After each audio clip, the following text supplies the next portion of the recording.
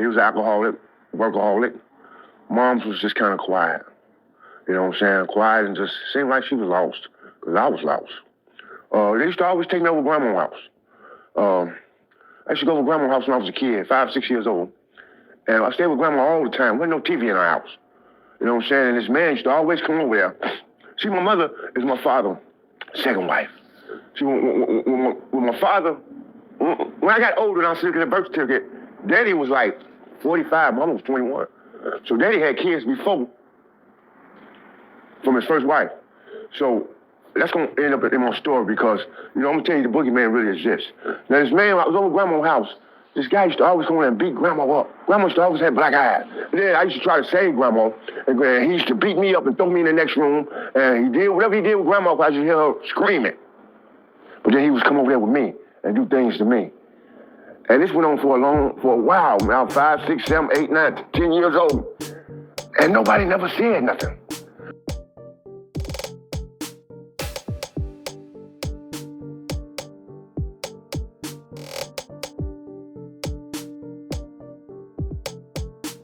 Hey y'all, so welcome to In the Culture. So before I jump into the first video featuring Tyrone, I'm going to jump you guys up to speed because the video was so long. I wanted to just get to the main gist of a few parts. And so basically, I just want to say the last time we left off, Tyrone was talking about some man that he really didn't know was starting to touch him, and he was looking forward to these things, and it ended up feeling good to him. Being now a grown man in his 50s, he's ashamed of it. And he carried this around up until he released it on the video, on the interview. He never released it. He never told us so before. But you can see the torment in him and how much it has hurted him. You know what I'm saying? And got him off his course. And basically, to skip you up on the part you're about to go into, he's basically saying that you know, come to find out, the man that he never really knew who it was up until a certain age was his half brother, and also his grandmother's boyfriend. So you see how like it kind of like in the family, so to speak, it was his daddy's son, and also the daddy's son from a different marriage, because he's so much older than Tyrone. He was like in his 20s or 30s, but Tyrone was a kid. Ended up dating Tyrone's grandmother, which was in her 50s. You know what I'm saying? So yeah, which was his mother's mother. So when Tyrone used to get dropped off at his grandma's house, his mother's mother, then this man would end up over there doing the same thing. And he used to beat his grandma, probably because he didn't really want the grandma, he wanted him. You know what I'm saying? And period. But anyhow, yeah, so now you're about to go into the set where he is going to like finish telling his story and how he used to be like, it's a boogeyman in there. You know what I'm saying? But the boogeyman wasn't like the regular boogeyman under your bed or in your closet. You know what I'm saying? And so yeah, so finish checking out Tyrone's story, and then I'll be back with just a little wrap up. But I had other things happening in my life when I was a kid. I ain't tell nobody. And as time went by, man, I had to learn how to adapt. I had to learn how to survive, you know? But right now, I'm just existing. I'm not living. I got a lot of shit inside me, man. And there's a difference between existing and living. Because when you're existing, you're just here. When you're living, you're enjoying life, man. You're enjoying life. And it's a big difference, man. It's a big difference, man. When I got older and realized who this man really was, man, you know, he was too old for me to even try to do anything to.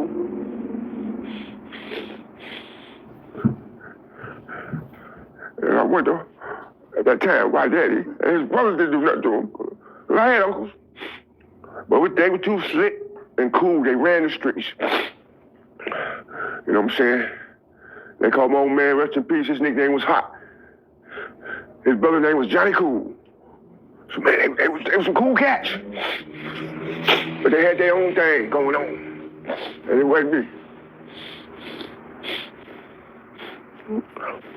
But yeah, like I say, man, by the time I realized who this cat was, he was part of my family. So how has this affected your later life? Scared to get close to kids. You know what I'm saying? I have kids of my own. But we so departed that, you know, I was getting scared to come around. You know? I got some beautiful daughters. But when I look at them like, you know what I'm saying? I don't know. My sons, but when I look at them, I don't know. I'm not trying to go there. I don't even try to put myself in that predicament. You know? I don't know because I didn't have the help that I really needed mentally. I don't know what type of help you probably need, psychiatrists. I don't know. I ain't had no help mentally. You know, pills won't do it. I don't know. I don't know. I'm 54 years old. I don't know. I don't know. And I'm not ashamed to tell you I don't know. I'm still be trying to have some type of guidance somewhere, man. I'm still trying to keep an open mind to get guided. Because I know it ain't over, but I don't know. I don't know. I don't want. Man, I'm tired of existing. I want to start living. You know. And when you've been existing so many years, it's normal. Now it's hard I got to recondition myself. And that's an action word. Now I got to try to start living. Man, I got so many years in existing, it's going to be hard to start living. Because I don't know how to live. So, you know, I'm just going to say, I wish they would have listened to me when I said, it's the boogeyman in my room. And they just thought I was joking. You know what I'm saying? Because, you know, wow, boy. They didn't understand me, what I was saying. Because like when I was a kid, that's all it was the boogeyman. You had to be scared of. So they thought I was just scared to go in the dark. Be in the dark room, in my room by myself. But they realized I wasn't by myself. You know? I don't want to drag along with my story, man. I just had to tell y'all what's kind of a little happening with me. So, you know, mother, father. Have you talked about this before? Pardon me? Have you talked about this with anyone before? No, you know what I'm saying? No, I might, you know, I don't talk about my issues with nobody because they label you, man. You can't out here. They label you. They put a label on you. And then he gonna tell him because they want to be better than you. When I'm out there, man, I don't have, whatever you do, I ain't got nothing to do with me. It ain't gonna help me. It ain't gonna hurt me. It definitely ain't finna get me off these streets. And it ain't gonna help the situation that I'm going through, because I go through things too. So why should I take on what you going through? Because I can't carry. You can't carry what I got. So how in the hell I'm gonna carry what you got? So I don't care what you. Like I said, man, mother, father, sister, brother, auntie. If you got a niece, nephew, kid, someone, whatever, daughter, if they say something in their room, they talk about the boogeyman, please go check.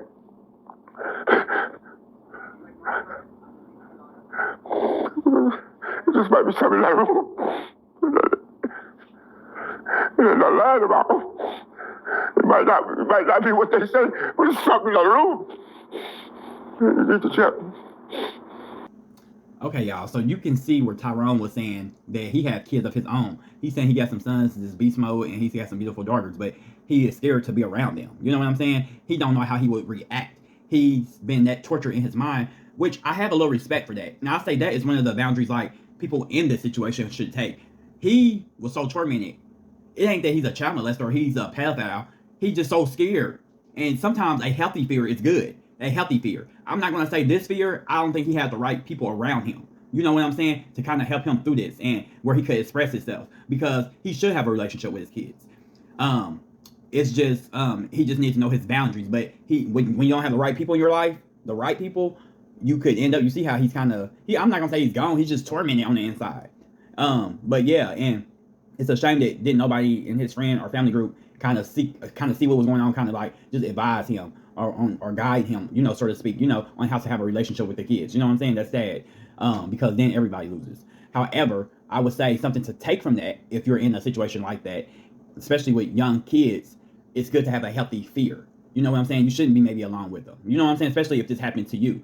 And the mind is tricky. The mind can take you there, especially if this happened to you. You know what I'm saying? And then, like I said, those spirits that's already in your kids from that bloodline, it don't take 2 and 2 to click. It don't take too much for 2 and plus 2 to equal 4. You know what I'm saying? You start being a home alone and, you know, a accidental rub in, you know, just little stuff. It adds up. And then next thing you know, you're in this toxic situation that demons behind the scenes already done prepped and prepared y'all for. And next thing you know, you're in a whole R. Kelly situation. Next thing you know, every time you drink or you're indulging in liquor or drugs, you're sneaking in their rooms in the middle of the night, 1, 2 o'clock in the morning. You know what I'm saying? I know it's real because I know situations like this in everyday life. Y'all know situations like this, whether y'all believe it or not. Sometimes we just turn the left eye because we don't want to see like a person looking bad. That's why I don't judge people, because I don't think they're bad. I think everybody has something that happened to them, you know, whether it was to this extent or not. Video But tonight it's time to make people aware and and help people come out of darkness. Okay? Derek And Burris before didn't it's too have late. much to You know what say I'm when saying? he was arrested. But our cameras were rolling when he blew up during a bond hearing. 7 News reporter Nikel Smith has details on this case that the Child Advocacy Center says should be a Dramatic wake-up video call for the tonight community. of a man deputies say got an 11-year-old girl pregnant. Derek Burris didn't have much to say when he was arrested. But our cameras were rolling when he blew up during a bond hearing. 7 News reporter Nikel Smith has details on this case that the Child Advocacy Center says should be a wake-up call for the community.